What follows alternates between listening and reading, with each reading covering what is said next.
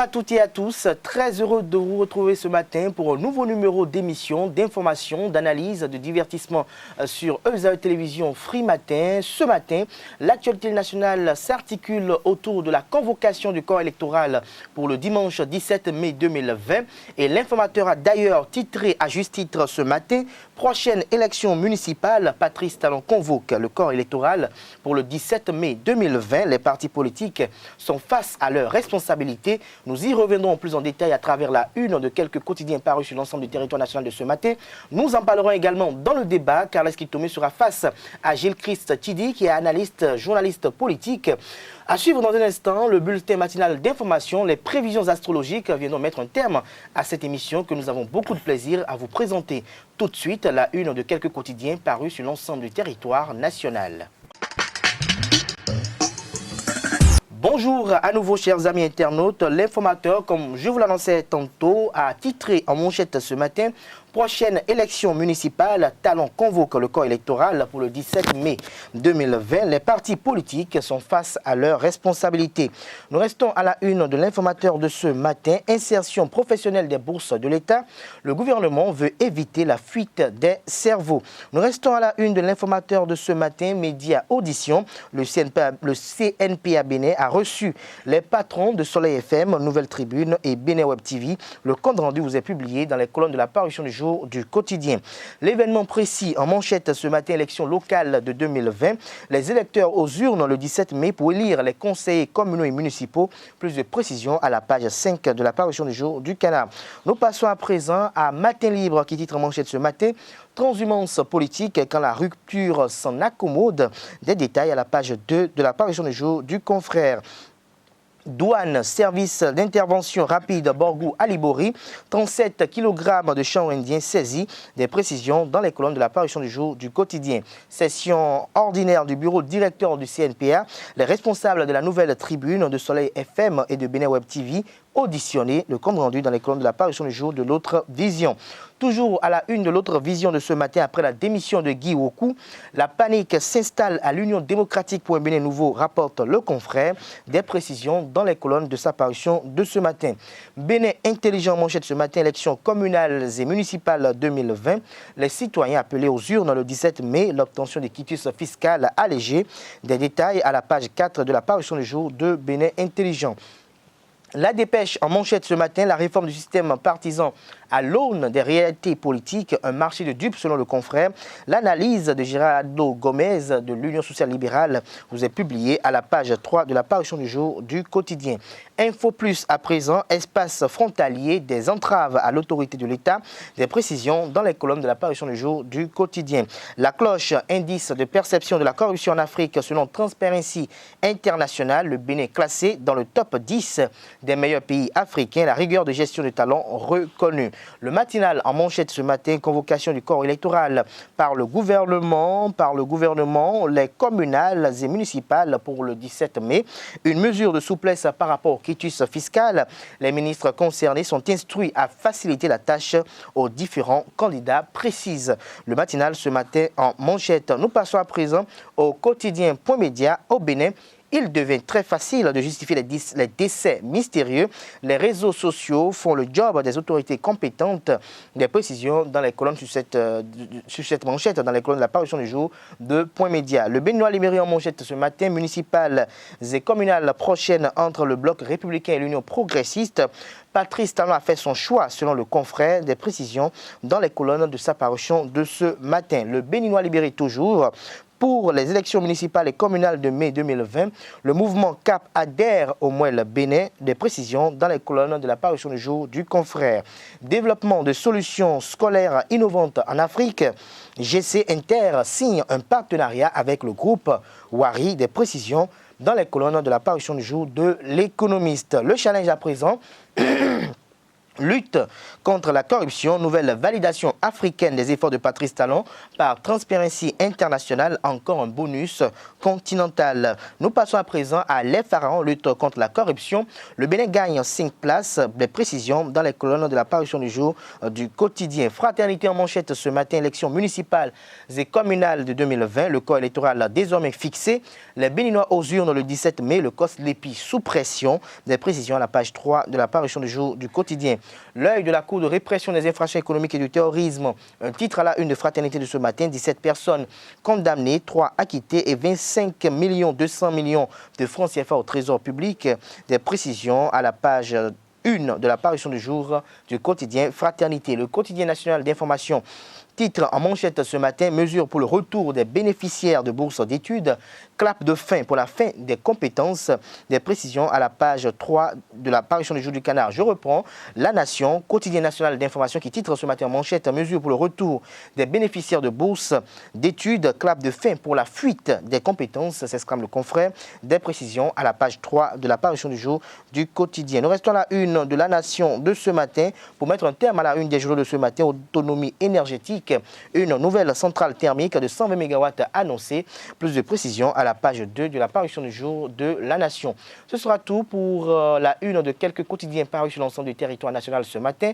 Les quotidiens sont disponibles dans les kiosques au prix de 300 francs CFA. Ils sont également disponibles en ligne. Nous passons au bulletin matinal d'information sur Free Matin. La séance hebdomadaire du Conseil des ministres s'est réunie le mercredi 22 janvier 2020 sous la présidence effective du chef de l'État, chef du gouvernement et président de la République, Patrice Talon. Au cours de ce conclave gouvernemental hebdomadaire, plusieurs dossiers ont été examinés et d'importantes décisions ont été prises.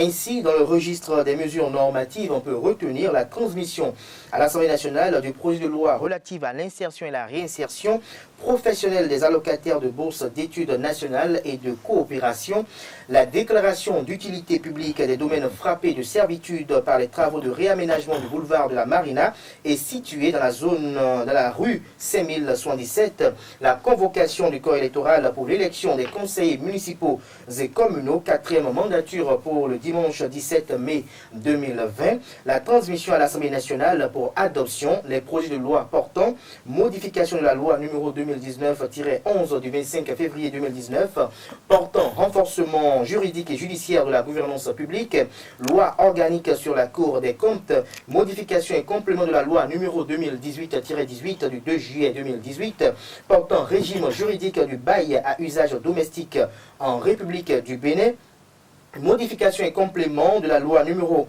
90-016 du 18 juin 1990 portant création des forces armées béninoises, statut spécial des personnels militaires des forces armées béninoises, statut spécial des personnels des douanes en République du Bénin, statut spécial du personnel du corps des eaux, forêts et chasses du Bénin, statut spécial du personnel de la police républicaine, composition, attribution et fonctionnement de la commission d'avancement des fonctionnaires des eaux, forêts et chasses, nomination des membres du conseil d'administration du bureau d'enquête accident BEA, nomination des membres du conseil d'administration de l'Université nationale des sciences technologiques, ingénierie et mathématiques, approbation des statuts de la société d'exploitation du guichet unique Ségubessa, ainsi que des membres de son conseil d'administration, les conditions générales de notation, la grille de notation, les modalités de son application, les éléments à prendre en compte pour l'appréciation et les critères de choix et d'inscription au tableau d'avancement des fonctionnaires des eaux,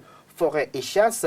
Dans le registre des communications, nous avons l'acquisition et la réhabilitation du site devant abriter l'école de formation des professionnels judiciaires, l'indemnisation et dédommagement des personnes affectées par divers projets, le recrutement d'experts pour l'assistance dans le cadre de la procédure de passation du marché pour la construction, l'exploitation, la maintenance et le transfert d'une centrale thermique de 120 MW en régime BOOT sur le site de Maria Glita. Et dans le registre des mesures individuelles, 3 nominations ont été prononcées sur proposition des ministres des départements ministériels concernés. Au ministère de la Santé, administrateur provisoire de la centrale d'achat des médicaments essentiels et consommables médicaux appliqués CAME, Domon Louis Koupemedji. Au ministère du numérique et de la digitalisation, secrétaire général adjoint du ministère Gaspard Datondi, directrice de l'administration et des finances Augustine Capo, épouse Soglo. Le président Patrice Talon a installé le mardi 21 janvier le Conseil national de l'éducation à la salle bleue du Palais des Congrès de Cotonou. Occasion pour le patron de l'exécutif béninois de se réjouir de la fin des affectations politiques, une des plus grosses plaies de l'école béninoise. 4 des 29 conseillers investis ont été désignés par le président de la République, 6 par les ministres en charge de l'enseignement, 6 élus par diverses organisations et 13 sélectionnés par appel à candidature. Le poste de chercheur n'a pas été pourvu pour le compte de cette mandature. Les 29 personnalités étaient toutes présentes au Palais des Congrès de Cotonou où elles ont été installées dans leur nouvelle charge par le président Patrice Talon. Retour sur cet événement à travers un extrait des propos tenus par le président Patrice Talon à l'occasion de la cérémonie solennelle. C'est avec un sentiment de satisfaction, d'enthousiasme et d'espérance que je voudrais, avec chacun ici présent, consacrer l'aboutissement d'un long processus de diagnostic, d'études, de conception et de mise en œuvre du nouveau cadre de gouvernance de l'école au Bénin. Pour compter d'aujourd'hui, les personnalités les plus unanimement réputées, expertes dans les divers domaines de l'éducation, quelle que soit leur couleur politique, présideront au destin de l'école. Qu'il s'agisse des programmes, du déploiement du personnel enseignant, de la carte scolaire ou universitaire, des affectations budgétaires, des accréditations ou des contrôles des établissements publics ou privés, plus rien ne sera décidé et mis en œuvre par qui que ce soit sans les sachants que voici.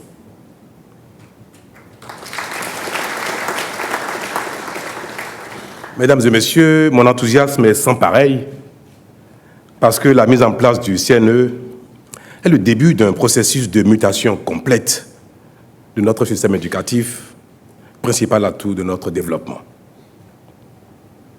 C'est d'ailleurs en cela qu'en aspirant aux plus hautes fonctions de notre pays, mon ultime conviction était déjà de faire de notre système éducatif la première priorité nationale telle que proclamée par le législateur béninois en 2003 dans la loi portant orientation de l'éducation nationale.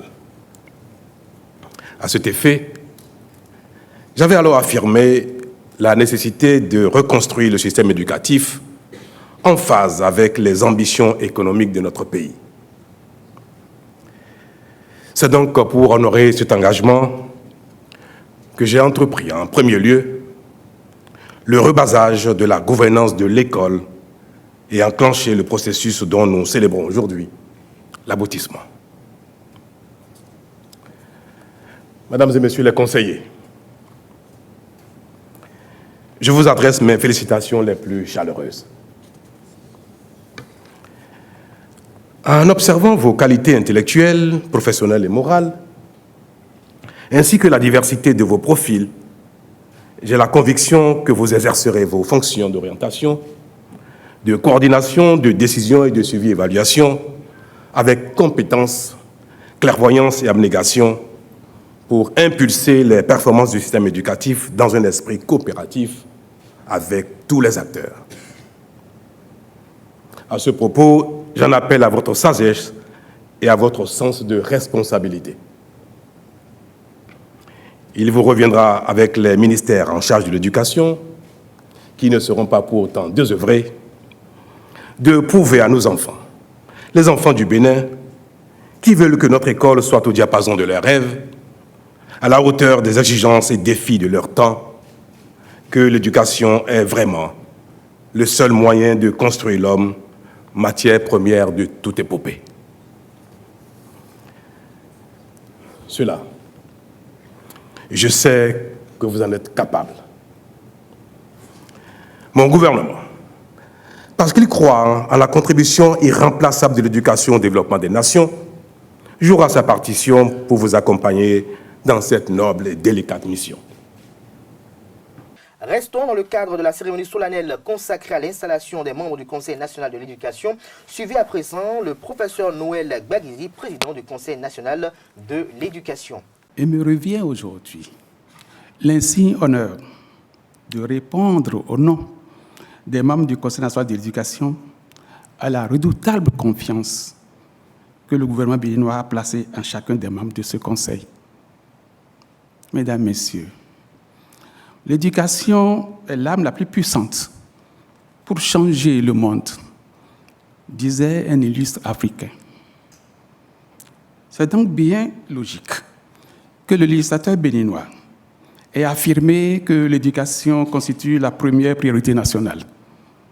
Elle constitue une tâche prioritaire en vue du développement économique et social de la nation.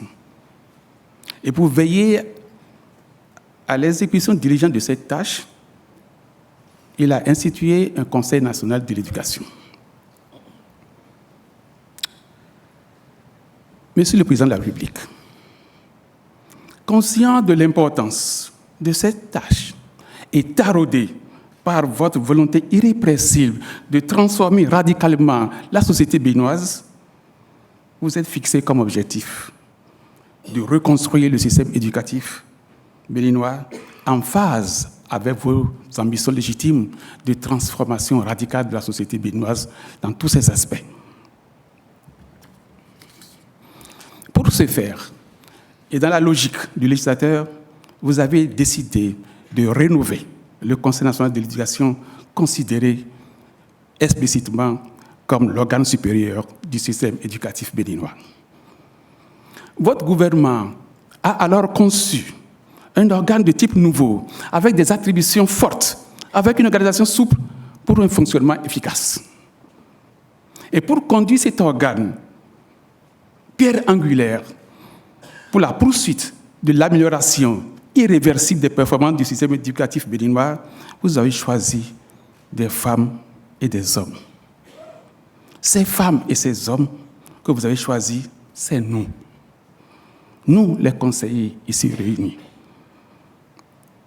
Vous avez fait confiance et vous avez placé votre confiance en ces hommes qui ont désormais la charge redoutable de faire jouer au Conseil national de l'éducation sa partition de la transformation radicale du système éducatif béninois. Désormais, le Conseil national de l'éducation sera cet organe qui jouera sa partition pour le nouveau départ de l'éducation avec les performances à la dimension de vos attentes. Monsieur le Président de la République, Messieurs les ministres d'État, Mesdames, Messieurs les ministres, nous vous en sommes reconnaissants. Nous sommes à la fois heureux d'avoir pu mériter cette confiance et conscients de l'immensité de la tâche. En effet, les réformes sont pressantes et les attentes sont fortes. Mais nous acceptons cette noble charge et nous sommes déterminés à l'assumer avec honneur, avec abnégation, avec discernement, responsabilité, dignité et efficacité. Monsieur le Président de la République, je prends l'engagement, à mon nom personnel et au nom de mes collègues, que ni la confiance placée en nous, ni les attentes du peuple béninois ne seront déçues. C'est fort de cette confiance que je vous réitère notre engagement et notre détermination à relever cet exaltant défi. Le CNE a principalement pour mission de veiller au respect des grandes options éducatives de l'État, à la mise en œuvre de la loi portant orientation de l'éducation nationale et à la coordination de tout le système éducatif en République du Bénin. Je vous invite à suivre à présent le secrétaire général de la présidence de la République, Pascal Iruné Koupaki. Il fait la genèse de cette institution au micro de nos reporters. Monsieur le Président de la République, il y a 4 ans, à pareille période de l'année 2016, lorsque vous aspiriez aux plus hautes fonctions de notre pays, votre intime conviction était de faire de notre système éducatif une priorité absolue. Ainsi, dès votre entrée en fonction, le 6 avril 2016, les toutes premières séances de travail étaient consacrées au secteur de l'éducation. Avec la constitution, en mai 2016, du comité technique de mise en œuvre et de suivi des réformes de l'administration du système éducatif. Vous étiez convaincu, Monsieur le Président de la République, que le projet de transformation de la société béninoise devait appeler une profonde réforme du système éducatif béninois, dont celle du Conseil national de l'éducation, mieux structurée et composée d'experts aux compétences et expériences avérées. Au cours des travaux de ce comité technique, plusieurs séminaires gouvernementaux élargis à divers sous-comités ont été organisés pour apprécier l'évolution des réflexions, mieux préciser les orientations, affiner les missions, définir les relations entre le CNE et les ministères sectoriels chargés de l'éducation. Et ceci pour assurer une parfaite synergie entre les différents acteurs et surtout éviter les multiples interférences politiques, source de dysfonctionnements majeurs dans le secteur. Sur la base de tous les travaux réalisés par le comité technique, le Conseil des ministres a décidé de mettre en place, en août 2017, un comité d'installation du CNE. Sa mission était de prendre en charge les différentes tâches prescrites jusqu'à l'installation effective du nouveau Conseil national de l'éducation, notamment relire les textes devant régir le CNE et les mettre en forme, définir les modalités d'élection et conduire tout le processus électoral dans les différents corps des 3 ordres d'enseignement. Et enfin, lancer l'appel à candidature et procéder au recrutement du secrétaire exécutif du CNE. Lors de la relecture des textes, il était apparu nécessaire d'organiser de nouveaux séminaires sous la présidence effective du président de la République. Au cours de ces séminaires, les options stratégiques ont été validées, des recommandations ont été faites pour le réajustement de certaines dispositions. Un atelier de vérification de la prise en compte des amendements a été organisé avant l'adoption par le Conseil des ministres le 29 août 2018 du décret portant attribution, organisation et fonctionnement du Conseil national de l'éducation. Un tel processus participatif et inclusif pourrait paraître long, mais il était indispensable au regard de l'enjeu de cette réforme et de son impact sur les perspectives de développement de notre pays. Monsieur le Président de la République, le CNE, dont vous procédez ce jour à l'installation des membres, est l'organe supérieur du système éducatif au Bénin. Hôte du 261e numéro du rendez-vous hebdomadaire de Café Média Plus le vendredi dernier à la Maison des Médias Thomas Meillansan de Cotonou, le deuxième vice-président de l'Assemblée nationale, le député Robert Guion, s'est prononcé sur les récents incidents survenus à Savet. Pour le général des forces armées béninoises à la retraite, il est logique que l'armée puisse entrer dans le jeu afin d'éviter la création d'une zone d'insécurité criade qui serait profitable aux djihadistes. Pour plus de détails, je vous invite à suivre un extrait de ses propos tenus à l'occasion. Sur la situation de Savet, de manière globale, tout à l'heure, vers la fin, quelqu'un disait que c'est une insulte en parlant de ce qui se passe à Savet. Oui. Mais est-ce que vous pensez, je réponds à cette personne, est-ce que vous pensez, parce que une minorité dans un village conteste la légitimité des députés à l'Assemblée nationale, est-ce que vous pensez que c'est ça qui suffit pour sauver le trouble dans un pays? Je ne pense pas. Ce n'est pas une minorité qui va se faire justice, non, pas du tout. Dans la mesure où les députés qui sont là, la Cour constitutionnelle a dit qu'ils sont valables, qu'ils sont légitimes. Je ne pense pas que ce soit une minorité sous prétexte qu'elle est contre les élections législatives qu'on qualifie d'exclusives, que cette minorité va se lever comme si c'était un pouvoir et assumer le désordre. Moi, je vous dis, et je le répète, il faut que force reste à la loi. Dans un pays, si on permet à une frange d'une population dans un village de se comporter comme ça, mais on sait comment ça commence, on ne sait pas comment ça finit. Estimons-nous heureux que notre pays soit un pays pacifique. Aujourd'hui, le Niger, ce qui se passe, c'est grave. Ce qui se passe au Mali, au Burkina, moi j'étais à la frontière du Bénin-Burkina. C'était le samedi passé. Le samedi, demain, ça fait une semaine. Mais j'ai sillonné la frontière, pas hélicoptère,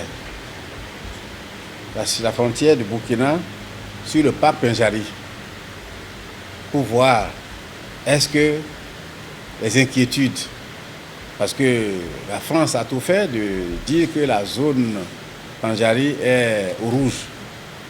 On a sillonné. On a même frôlé le Burkina. On est allé dans un village qu'on appelle Alit, où il y avait un campagne de chasse. Mais tout est désert. Mais le côté béninois, c'était bien. Tout ce qu'on a déploré, c'est que lorsque on a survolé un troupeau d'éléphants, après on a vu un troupeau de 5 lions, et comme par hasard, on voit un troupeau de bœufs avec des peuls au milieu de la bourse. Qu'est-ce qu'on a remarqué? C'est du côté Burkina, ils ont franchi la Panjari, parce que la Panjari n'est pas trop, pour arriver de ce côté. Mais lorsqu'on a atterri avec l'hélicoptère, bon, ils ont fui, ils sont partis, et les bœufs étaient là et couraient dans tous les sens. C'est pour dire, qu'est-ce que je veux dire par là? Je veux dire que la sécurité que nous avons au Bénin, il faut qu'on soit vraiment fiers de cette sécurité-là. Et tout le long de la frontière, j'espère que je ne dis pas de secret de défense ici, mais on a des militaires béninois, 2 compagnies, armés jusqu'aux dents. Si bien que quand les gens disent que les djihadistes peuvent traverser pour venir de ce côté, c'est un peu difficile. J'ai vu nos militaires, ils sont là, ils se relaient. Vous voyez, tous les 100 mètres, vous les voyez avec gilet pare-balles un peu partout, avec tout l'arsenal. Ce qui fait que, d'après nos renseignements, le côté burkinabé sait que si franchi du côté béninois, nous ne pourrons pas s'en sortir. C'est pour dire que, vous voyez, la frontière béninoise du Burkina pouvait être une frontière qui va nous inquiéter. Mais aujourd'hui, elle nous rassure. Alors, ce n'est pas dans ces conditions, en ce moment précis, qu'on va dire que c'est dans une localité que des djihadistes vont se créer. Parce que c'est comme ça. Ils se disent qu'ils sont contre ce que le régime a fait et on a proclamé les résultats légitimes. Pour cela, ils ne sont pas d'accord. Vous trouvez que ça c'est normal? C'est des individus qui vont se lever pour dire que ce que la Cour a proclamé, les députés sont légitimes, qui ne sont pas d'accord. Et pour cela, ils doivent faire ce qu'ils veulent. Moi, je pense que ce n'est pas ça la vérité, ce n'est pas ça la réalité. C'est pour cela, quand je dis « oh la loi », parce que ceux-là qui se manifestent, qu'est-ce qu'ils réclament? Il n'y a rien de légitime qu'ils réclament. Tout ce qu'ils réclament, parce que bon, on leur a dit, et on a l'impression même qu'il y a des mains invisibles. Et on leur dit, ah, les députés qui sont là, il ne faut pas accepter. Mais on a déjà fini avec ce débat. Le dialogue politique est arrivé. On dit, construisons notre pays. Et tournons la page. Alors, si aujourd'hui, malgré tout ce qu'on a fait, l'amnistie, on a amnistié les gens, mais que les gens restent dans un coin pour pouvoir réveiller les vieux démons, vous trouvez ça normal? Hors de nos frontières ce matin, c'est une histoire d'espionnage rocambolesque dont les développements pourraient se révéler explosifs. L'Arabie Saoudite a-t-elle piraté le téléphone du fondateur et patron d'Amazon, Jeff Bezos, par ailleurs propriétaire du Washington Post? 2 experts de l'ONU ont estimé mercredi 22 janvier que le piratage présumé du téléphone de Bezos et de ceux d'autres personnes exige une enquête immédiate de la part des autorités américaines et des autres autorités compétentes. Agnès Calamar, rapporteuse sur les exécutions extrajudiciaires, et David Caille, rapporteur sur la liberté d'expression, ont été nommés par le Conseil des droits de l'homme des Nations Unies pour d'éclaircir cette affaire, bien qu'il ne parle pas officiellement au nom de l'ONU. Il demande que l'enquête porte notamment sur l'implication directe et personnelle du prince héritier dans les efforts visant à cibler les opposants présumés. Chers amis internautes, ainsi se referme ce bulletin matinal d'information sur Free Matin. Sans transition ou juste après le générique, nous passons au débat sur Free Matin. Le débat sur Free Matin, comme je l'annonçais à l'entame de cette émission, Gilles Christ Kidi nous a rejoint. Bonjour à vous Gilles Christ Kidi. Bonjour Kader. Vous êtes journaliste, analyste politique, vous êtes face à Carles Kitomé. Bonjour à nouveau. Bonjour Kader, bonjour à vous chers amis fidèles de Zawe TV.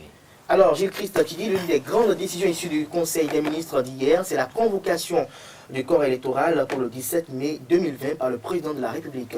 Dites-nous, quelle appréciation faites-vous de cette décision du Conseil des ministres? Bon, ça vient maintenant rassurer ceux qui avaient des doutes peut-être sur la tenue ou non de ces élections communales, locales, municipales. Et on sait maintenant que les partis politiques sont beaucoup plus activés qu'avant. C'est-à-dire que c'est le 17 mai 2020, nous sommes en janvier, il va falloir lutter, il va falloir batailler dur, si tant est qu'on tient à valider son siège dans telle ou telle circonscription dans le cadre de ces élections de proximité. Et notamment ces élections de proximité ont un grand enjeu, même si les gens ne s'en rendent pas compte. Au lieu de 5 ans, par exemple, ces élus auront à faire 6 ans parce que de 2025, on va devoir les prolonger jusqu'en 2026 pour faire des élections générales. Ça fait le premier point. Le deuxième point, c'est que ces élus-là vont devoir parrainer les candidats à la présidentielle de 2021. Et ça change tout. Les partis politiques actuellement sont donc invités à se préparer très activement parce que, étant donné que la date est fixée désormais, on sait à quoi s'en tenir. Les campagnes électorales auront lieu bien avant. Tout l'agenda électoral, on le connaît. Et donc, ça vient maintenant pour fouetter un peu les différents partis politiques dans leur coin et coin. Voilà. Voilà, un peu. Alors, je vous reviens un instant, Carles Kitomé. À l'issue de ce Conseil des ministres également, on peut retenir également qu'il y a eu des dispositions qui ont été, ou des instructions qui ont été données aux ministres concernés dans le processus de délivrance du quitus fiscal pour alléger la tâche aux différents candidats. Oui, c'est vrai, cette information, cette décision a été prise et je crois que ça pourrait toujours aider à bien faire. Parce que nous nous rappelons qu'à la veille des législatives passées, plusieurs personnes qui voulaient se présenter se plaignaient que ce n'était pas du tout facile d'obtenir ce sésame qu'est le quitus fiscal qui est indispensable à la constitution du dossier.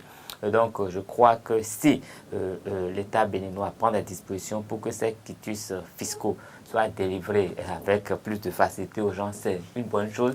Et ce n'est pas une bonne chose seulement pour les élections. Parce que ce n'est pas seulement pour les élections que le contribuable a besoin de vite pouvoir satisfaire aux exigences et obtenir tous les documents dont il a besoin. Et donc, je crois si le processus qui sera mis en place à la veille de ces communes communales et municipales peut rester, ce serait très bien pour tout administrer. Et comme ça, les gens vont pouvoir facilement payer les impôts et avoir tous les documents qu'il faut pour évoluer normalement dans la vie. Et cela facilitera également la sensibilisation des Béninois à s'acquitter de leurs impôts. Parce que je vous dis, quand vous voyez une dame qui est au bord de la voie, qui a son commerce, qui a peut-être un chiffre d'affaires qui va jusqu'à 30 millions l'année, si on lui demande de payer 100 000 francs pour les impôts, elle a l'impression qu'on veut l'arnaquer. Elle a l'impression qu'il y a des fonctionnaires d'État qui ne veulent rien faire et qui veulent vivre sur son dos. Et donc, il faut qu'on sensibilise les gens. Et c'est parce que nous avons ces habitudes que même ceux qui sont candidats ne savent pas vraiment qu'il faut payer normalement les impôts. Ils ont l'impression qu'ils enrichissent les caisses de l'État pour rien. Donc je crois qu'il faut prendre parti de cette disposition pour sensibiliser tous les Béninois à payer les impôts. Quand vous avez un commerce, même si votre chiffre d'affaires n'est pas grand, il faut savoir qu'il y a un petit quelque chose qu'il faut payer parce que pour venir là, pour passer sur des routes, et pour aller chez vous, il y a la police qui fait de la sécurité et tout ça, il faut des ressources pour le faire. Donc ce n'est pas seulement bon pour les élections, mais c'est à pérenniser pour que les Béninois puissent vraiment être des citoyens bien. C'est à pérenniser pour que les citoyens puissent être des citoyens bien, de bons citoyens. De bons citoyens. Vous êtes en train de dire. Alors Gilles Christidi, est-ce que ça ne va pas relancer le débat des potentiels candidats au sein des différentes formations politiques? Évidemment, c'est le moment plus que jamais de pouvoir réfléchir sur qui positionner ou pas. Et comme Carles le disait, la question fondamentale, c'est qui sont ceux qui sont à jour. Parce que contrairement aux législatives, cette fois-ci, il y aura, ou je vais dire comparativement aux législatives, il y aura maintenant beaucoup plus de dossiers à déposer, beaucoup de candidats. Ça va alourdir la tâche normalement à la Direction générale des impôts qui était chargée de délivrer uniquement ce quitus fiscal à la base. Et je ne sais pas exactement comment ça va se passer cette fois-ci. Est-ce qu'il va falloir décentraliser la délivrance vers les différents départements pour que chaque candidat puisse se rapprocher de son département? Pour le faire, je n'en ai aucune idée, mais je sais que si étant donné que le chef de l'État a exprimé son vœu de pouvoir alléger la tâche à tout le monde, le gouvernement, par excellence, a décidé donc d'alléger la tâche à tous les candidats, à tous les partis politiques, je crois que c'est à saluer, c'est déjà un effort à saluer sur le plan de la volonté. Maintenant, passons à l'acte. Et c'est aussi le moment pour les différents partis politiques de pouvoir, on va dire, sonner le glas de la mobilisation. Il va falloir que ceux qui sont peut-être des aspirants candidats puissent se manifester dès maintenant. On a l'impression, en bon béninois, d'attendre les dernières minutes pour faire tout ce qu'on a envie de faire, que ce soit pour candidater, pour faire n'importe quoi, même pour déposer un simple dossier pour aller à un concours. On attend toujours les derniers moments, les dernières minutes, et toujours.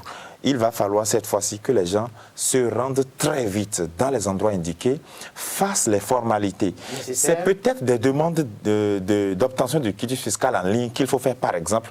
Vous savez, lorsqu'on lance par exemple l'inscription en ligne, ça prend généralement beaucoup plus de temps parce que soit le réseau est très saturé vu un peu la densité et de deux, le traitement en ligne n'est pas toujours ponctuel. Donc, il va falloir que les partis politiques puissent se mobiliser très vite et aussi faire les castings qu'il le faut, parce qu'on ne peut pas quand même désigner comme responsable communal, municipal, local des délinquants fiscaux. Il va falloir qu'on puisse choisir ceux qui remplissent véritablement les critères. Et entre autres critères, je vais dire même, l'un des critères fondamentaux, c'est de s'acquitter de ses devoirs fiscaux. Et je crois que c'est le moment plus que jamais de pouvoir réfléchir en profondeur sur cette question, voir aussi qui est à jour ou pas sur le plan de l'éthique, sur le plan même des idéologies politiques. Parce qu'aujourd'hui, vous allez vous faire élire dans un parti politique qui a normalement une idéologie claire. Je dis bien normalement, parce que vous voyez un peu, il y a encore beaucoup de mouvements au sein des partis politiques, des allées, des retours, ainsi de suite. J'espère que c'est la transition vers une certaine stabilité. Et c'est peut-être là aussi les quelques attentes non comblées au niveau de la réforme. On aurait pu mettre des verrous, mais une fois que ce n'est pas fait et que les jeux sont encore ouverts, je crois qu'on va encore davantage voir des jeux, parce qu'une fois que la date est fixée, ceux qui étaient indécis vont se demander, j'y reste ou pas, alors je fais quoi? Donc c'est un peu ça, et on va encore assister à pas mal de mouvements avec cette convocation du corps électoral. Moi, je voudrais dire en ce qui concerne les quitus fiscaux que normalement c'est une très bonne chose pour nous, parce que même celui qui n'a pas pu obtenir le quitus fiscal, à partir du moment où il a fait manifester le désir de l'avoir et qu'il il lui a été reproché des choses, c'est normal que l'administration des impôts puisse continuer à travailler avec lui pour qu'il se mette à jour. On n'a plus besoin d'attendre les élections. Vous avez raté les législatives parce que vous n'étiez pas à jour. L'administration est en droit de vous envoyer, je ne sais pas, des sommations et vous devez prendre des engagements pour être à jour avant d'arriver. Ce n'est pas, moi je ne trouve pas que ce soit seulement un truc lié aux élections. C'est important. Donc il faut que tant qu'il a manifesté, qu'on a trouvé des failles, il faut qu'on mette en place un processus pour qu'il puisse s'acquitter de toutes ces dettes dans le temps, même s'il ne veut plus être candidat pour autre chose. Donc, même quand on est au communal, non, même si les gens n'arrivent pas à tout payer, on peut faire même une dérogation, mais ils ont un délai pour payer. S'il n'est pas payé, on revient, il sera démis de son poste simplement. Et moi, je pense que, parce que moi, je me dis aujourd'hui, qu'est-ce que le Bénin a besoin des impôts pour tourner. Nous avons besoin de mobiliser des ressources à l'intérieur. Et s'il y a des gens qui ont envie de nous diriger, qui ne sont pas à jour, peut-être qu'ils ignorent le jour que c'est mis à nu, il faut qu'on les mette quand même, on mette en place le processus pour qu'ils puissent payer ça. Pas forcément de force, mais bon, c'est toujours de force quand c'est l'autorité publique, mais trouver des processus pour les amener à y être. Et cela étant, je pense qu'à partir d'aujourd'hui, tout le monde connaît la date des élections. Donc on n'a pas besoin d'attendre, comme Chris l'a dit tout à l'heure, les derniers jours pour aller s'allier, pour aller embêter les gens aux impôts. Non, tout cela, ils peuvent commencer déjà à demander. Comme ça, ils savent déjà 2-3 mois à l'avance qu'ils ont des dettes. Ils vont prendre les dispositions nécessaires pour s'acquitter de ces dettes, les engagements nécessaires. Parce que je crois qu'avec les impôts, on s'entend toujours à un moment donné. Même quand on n'est pas à jour, on trouve les formules. Donc si les gens s'y prennent à temps, ils pourront toujours trouver la formule et après se mettre en règle. Donc moi, je trouve que c'est bien que la date soit fixée et que chacun commence à prêter ses dossiers pour qu'on puisse avoir des élections. Et surtout, on l'a bien évoqué sur ce plateau, quelle sera la place de ceux qui se réclament de l'opposition? Parce que les guerres, les disputes de ménage continuent.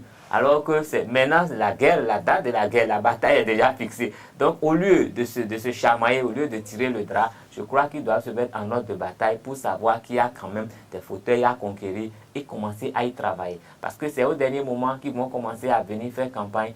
Je ne suis pas sûr que ça puisse porter parce qu'il y aura toujours des conséquences, des divisions internes. Parce que c'est quand il y a une division interne dans un parti, il y a des gens qui sont pour quelqu'un et des gens qui sont pour l'autre. Et quand au dernier moment, l'un des deux sera positionné, est-ce que ceux qui étaient pour son adversaire vont le soutenir? Parce que c'est le même parti. Est-ce qu'ils ne vont pas aller soutenir l'adversaire, le parti en face? Donc c'est des paramètres qu'il faut étudier très vite et tirer ça au clair pour que les élections soient intéressant.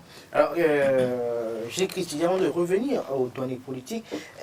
Est-ce que vous estimez que l'introduction, l'obtention de quitus fiscal par rapport au coût que ça pourrait coûter à tel ou autre candidat pourrait être un frein à un candidat pour participer ou compétir à ces élections-là? Bien sûr, je réponds tout de go, oui, ça peut empêcher quelqu'un de candidater. Et vous savez, d'abord, lorsque vous lisez le code électoral, on parle du quitus fiscal des 3 années précédant l'année de l'élection. Ça veut dire qu'on veut avoir la preuve que les 3 dernières années, vous êtes à jour vis-à-vis du fisc. Il y a des opérateurs économiques, des gens qui font beaucoup d'affaires, qui ont un pouvoir financier pas mal, mais qui ne s'acquittent pas véritablement de leurs devoirs fiscaux comme cela se doit, et qui ont des maisons, des terrains par-ci, par-là. Lorsqu'ils vont, ces gens-là, à la direction des impôts, dans le cadre des élections ou pas, pour pouvoir s'acquitter de leurs devoirs, et qu'on leur dit exactement ce qu'ils doivent payer, généralement, ça les effraie. C'est peut-être à des millions de francs CFA, on se demande, mais bon, je vais payer des millions. Dizaines, voilà, des centaines. Oui, je vais payer des centaines de millions. Justement, ça fait 2%. Justement, et ils réfléchissent, ils se demandent, mais moi je vais payer autant d'argent et si je ne me faisais pas élire. Mais il doit se dire, j'ai gagné autant d'argent avant de dire, je dois payer autant. Donc, ça peut empêcher quelqu'un de pouvoir aller aux élections.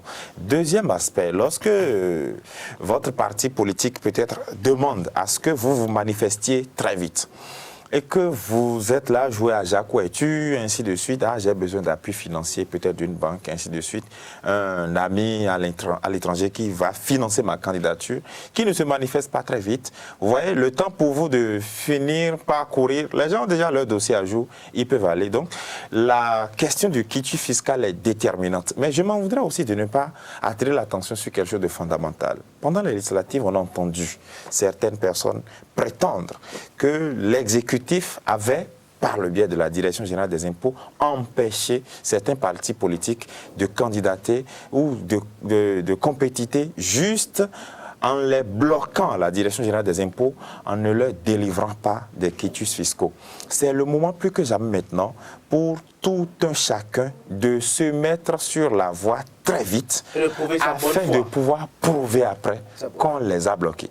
Il y a des gens qui, manifestement, ne se ruent pas généralement dans les délais vers la Direction générale des impôts et qui après crient au scandale. Maintenant là, que le corps électoral est convoqué, ceux qui n'avaient pas encore fait ça, qu'ils le fassent afin de pouvoir prouver après que le gouvernement nous a bloqués, la Direction générale des impôts nous a bloqués. Les partis politiques tels que FCBE par exemple, qui actuellement sont en voie d'aller aux élections, avec ou pas les autres ou les ailes d'un camp à un autre. Vous voyez, ces partis politiques-là, oui, ils ont un discours, les hommes qui sont dans ce parti, par exemple, ont un discours un peu particulier. Oui, on a volé les législatives, oui, on a confisqué le Parlement, oui, on a fait ci, on a fait ça. Il va falloir que ces hommes politiques actuellement puissent se mettre à jour afin de ne pas crier au scandale après, parce qu'une chose est d'avoir le certificat de conformité, une chose est d'avoir, on va dire, l'existence légale, le récépissé définitif au ministère de l'Intérieur, l'autre chose est de se mettre à jour vis-à-vis du code électoral afin que son dossier soit validé à la Commission électorale nationale autonome. Et là, ce n'est pas gagné d'avance. On a vu même des partis PRD, UDBN, et ainsi de suite, avoir leur récépissé. Oui, faute mineure, faute majeure. Si, c'est possible. Ce scénario. Rien n'est exclu. Nous sommes dans un jeu électoral et c'est complètement difficile. Vous savez, pour les élections de proximité, le grand travail n'est même pas à la Sénat. C'est au niveau des SEC, des CED, ainsi de suite, des commissions électorales départementales, communales, même d'arrondissement. Vous voyez, le grand travail se joue là. Et on sait que c'est une lettre de mission qui leur sera adressée depuis la Sénat. Donc, rien n'est gagné d'avance. On peut avoir toutes sortes d'erreurs. L'important, c'est que chaque parti politique se responsabilise. Sache qu'il va falloir se mettre à jour dans les délais et prouver après, devant l'opinion nationale et internationale, qu'on vous a bloqué pour telle ou telle raison. Ne pas le faire, ce sera très facile après de dire oui, on nous a bloqué, mais aussi j'invite aussi l'exécutif et tout l'appareil d'État de pouvoir prouver une fois encore, si besoin en était, que lui n'en est pour rien, je parle de l'appareil d'État. Si éventuellement c'était un procès à tort, il va falloir que l'exécutif prouve davantage que lui n'a rien à se reprocher et que la Direction générale des impôts fasse tout son travail en toute impartialité. Ça va de soi et ça va aussi pour la crédibilité de ce pays-là, le Bénin. Mais Karel Chitomé, est-ce que les partis politiques étaient bien organisés, mesurant les enjeux qui concourent autour du quitus fiscal? Est-ce qu'il n'y aurait pas eu à avoir quand même des démarches, je dirais, préliminaires pour s'acquérir de ce quitus fiscal afin que on ne puisse pas se mettre dans cette période qui sera quand même plus ou moins charnière pour la DGI? De toute façon, le Béninois aime être le dernier à devoir déposer son dossier. Quand vous allez aux offres, en tout cas des prestations pour prendre les marchés publics. Mais est-ce que dans ce cas d'espèce, je ne vous coupe pas, est-ce que dans ce cas d'espèce, le fait d'être dernier n'est pas peut-être la raison du fait qu'il y a comme parfois des incertitudes sur son positionnement ou pas? Non, je ne dirais pas. Le Béninois, même quand il a appelé son dossier le premier, il vient le dernier à déposer. Et vous avez l'habitude de voir le jour qu'on veut clôturer le dépôt des dossiers à la Sénat, quand c'est à minuit, les gens viennent avec leur liste à 23 h.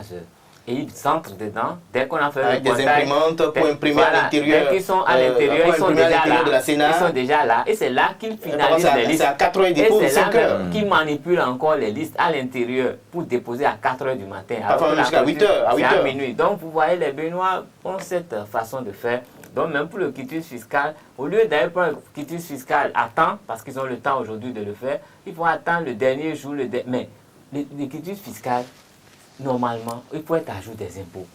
C'est logique. Et donc, toute personne qui aspire à profiter des privilèges de l'État ou à diriger, ils doivent essayer de le faire. J'ai bien dit, celui qui n'arrive pas à l'avoir aujourd'hui, il n'a qu'à se mettre en tête qu'il doit se mettre à jour avant de penser à autre chose. Même s'il n'y avait plus d'élection, il faudrait qu'il se mette à jour. Parce que quand vous n'avez pas payé les impôts, il y a des pénalités. On peut se faire emprisonner. Il y a des pénalités quand on n'a pas payé les impôts. Et donc, il faut penser à cela. Donc, pour moi, les élections, c'est un... Mais moi, je dis, il faut profiter de tout pour sensibiliser les Béninois. Parce que le Béninois, il veut que la police vienne chez lui dès qu'il dit allô, mais il n'est pas prêt à déposer 5 francs dans les caisses de l'État, même si sa boutique lui fait gagner 600 millions l'année. Donc, c'est ça, c'est cette logique-là. Il faut rompre avec cette logique. Et après, quand on va demander les quitus fiscaux aux gens, ce serait très facile. Parce que quand vous êtes dans les pays bien organisés, on ne vous demande rien, mais vous payez obligatoirement. On prend ça sur votre compte. Donc, quand il est question après d'avoir les papiers, on tape votre nom et puis c'est clair, ça vient tout de suite. Donc, moi, je veux seulement que nous puissions prendre de bonnes habitudes. Pour voir, aujourd'hui au Bénin, il y a des choses qui sont réprimées, les gens disent non, ils sont méchants. Alors que c'est dit dans les textes depuis tout le temps que c'est interdit. Donc, le patriotisme, moi je veux qu'on soit un peu plus patriote et qu'on sache qu'un pays, ça se bâtit, c'est tout le monde qui bâtit le pays. Et il faut avoir bâti un pays avant d'aspirer à le diriger. Il ne faut pas vouloir diriger des ruines et se faire du beurre sur le dos des autres. Sinon, en aggravant la pauvreté de ses voisins. Le jour qu'on descend, on retombe dans ce milieu et après on dit que ceux qui sont au pouvoir sont méchants. Ils sont méchants. Alors, Gilles Christidi, avant de finir, dites-moi, quels pourraient être les critères sur la base desquels les différentes formations politiques vont choisir leur potentiel candidat, hormis le quitus fiscal? Hormis le quitus fiscal, si nous étions dans un pays très sérieux au plan politique, il y avait la question de l'idéologie, ce qui n'est pas évident aujourd'hui. Quel acteur politique peut me dire de façon concrète, franche et sincère, voilà, que lui, il a par cœur les idéologies de son parti politique et est prêt à les transcrire en actes? Vous n'en avez pas. Il y a même des membres fondateurs de partis politiques, de grands partis politiques aujourd'hui, qui n'ont aucune conviction, qui n'ont même pas la connaissance de l'idéologie, de la ligne directive de leur parti politique. Quand c'est comme ça, la ligne idéologique, c'est soutenir tel ou tel. Oui, et c'est dommage, je dis c'est dommage. Vous avez par exemple des partis politiques dont la ligne est peut-être le socialisme. Mais qu'est-ce que le socialisme? Les gens n'en savent rien. Nous sommes des républicains. Mais qu'est-ce que c'est qu'un républicain? On n'en sait rien. Et lorsque c'est comme ça... On est progressiste. Oui, on est progressiste, ainsi de suite. Vous voyez, ou bien des sociodémocrates. Or, c'est des concepts que nous avons empruntés aux étrangers, mais nous n'avons aucune idée du contenu. Parfois, vous entendez des hommes politiques dire « Bon, moi, je suis centriste ». Alors que le centrisme, c'est un bord politique avec une idéologie claire. Mais ici, pour nous, le centrisme signifie je ne suis ni de la mouvance ni de l'opposition. C'est une lecture complètement erronée. Une porte vers peut-être un canevas vers la mouvance. C'est pour ça que je dis, c'est nous alors qui donnons des contenus à ces concepts et par finir, nous biaisons les concepts. C'est pour ça que je dis que les critères fondamentaux, ou le premier critère, normalement dans un pays politiquement sérieux, devrait être la question de l'idéologie. Lorsque vous êtes membre du parti du renouveau démocratique, PRD, je prends un exemple. Alors, vous êtes militant, vous êtes peut-être membre fondateur ou simple militant adhérent, on doit d'abord s'assurer que vous maîtrisez l'idéologie du parti politique. Et lorsqu'on vous demande comment êtes-vous prêt à transposer cette idéologie dans le vécu quotidien des populations, si vous êtes élu maire par exemple, comment comptez-vous vous appuyer sur notre idéologie pour développer votre commune? Vous devriez être en mesure de faire un exposé, de prouver par A plus B que vous allez partir de tel point pour arriver à tel point. Aujourd'hui, ce n'est pas le cas. Des gens veulent être chef quartier ou chef arrondissement ou maire juste parce que c'est plaisant. Non, c'est pas plaisant. On dit des actes et on gagne de l'argent. Justement, juste parce que c'est confortable, vous avez une convention de vente à signer, il y a les avantages, beaucoup d'argent. Il y a les avantages. Justement, donc les gens ne se demandent plus les questions de politique. Oui, on signe à l'avance, la femme qui prend l'argent et qui donne la feuille. Ou c'est l'enfant qui signe. Oui, or normalement, un chef politique, c'est un serviteur.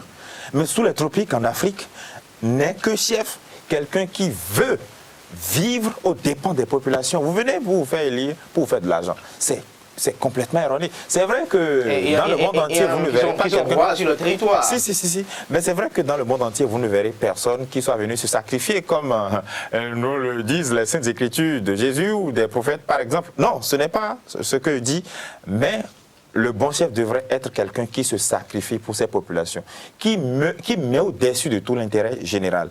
Et ça devrait être le cas. C'est pour ça que les populations, les électeurs ont un grand rôle à jouer. Vous savez, les seuls instants où les populations ont leur mot à dire pour sanctionner telle ou telle personne, c'est pendant les élections. Vous ne le faites pas après quand il sera élu. Les marches, tout ce qu'on fait, les dénonciations, c'est du verbiage. Il est élu. Il a un mandat de 5 ans. Vous pouvez crier sur tous les toits, il est là. Donc vous assumez. La seule occasion que vous avez pour pouvoir vous en débarrasser ou non, c'est pendant les élections. Tous ceux qui crient, oui, on va écouter son mandat, oui, on va l'enlever, ce sont des antidémocrates. Le vrai démocrate, c'est celui qui joue tout dans les urnes. Et qui sait attendre, son tour. Qui sait patienter. Et lorsque les élections arrivent, vous sanctionnez s'il le faut, et ceci de façon démocratique. Vous savez, en 2016, les Béninois avaient fait une élection sanction, vous le savez. Sanction, tout à fait. Mais après, on se met à crier oui, on souffre, oui. Non, vous avez opté pour quelque chose, vous patientez. Après, si vous n'êtes pas d'accord, vous dites ce que vous avez. Vous sanctionnez à nouveau. Vous sanctionnez à nouveau. Mais dans les urnes, Mais autre que d'aller dans les médias, et c'est pour ça que je dis, le grand critère aujourd'hui, ça doit être la question des idéologies. Après ça, il va falloir maintenant s'assurer que ceux qu'on porte là, ce ne sont pas de bons parents, de bons cousins. Oui, ah bon, l'oncle il veut être ici, d'accord, bon, comme c'est notre fils, on sait qu'il n'est pas capable, mais portons-le quand même. Non, ou bien les critères de région. Oui, bon, c'est notre fils, bon, qu'est-ce qu'on va faire? Bon, on le porte.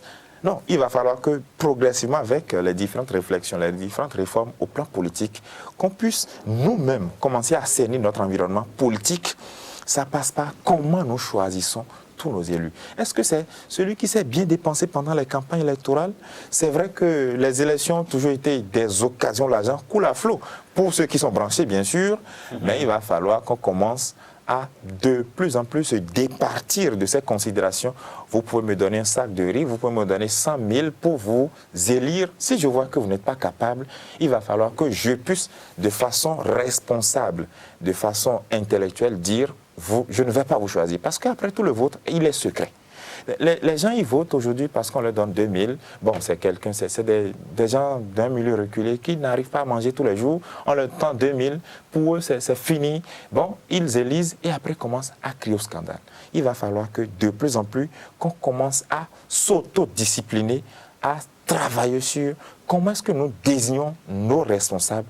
Et cela, il va progressivement de notre avenir politique et même social et même économique. Carles Kitomé, est-ce que c'est l'occasion également pour sanctionner les élus communaux qui ont été élus maires au sein d'un conseil communal et qui n'ont rien apporté de concret à leur municipalité?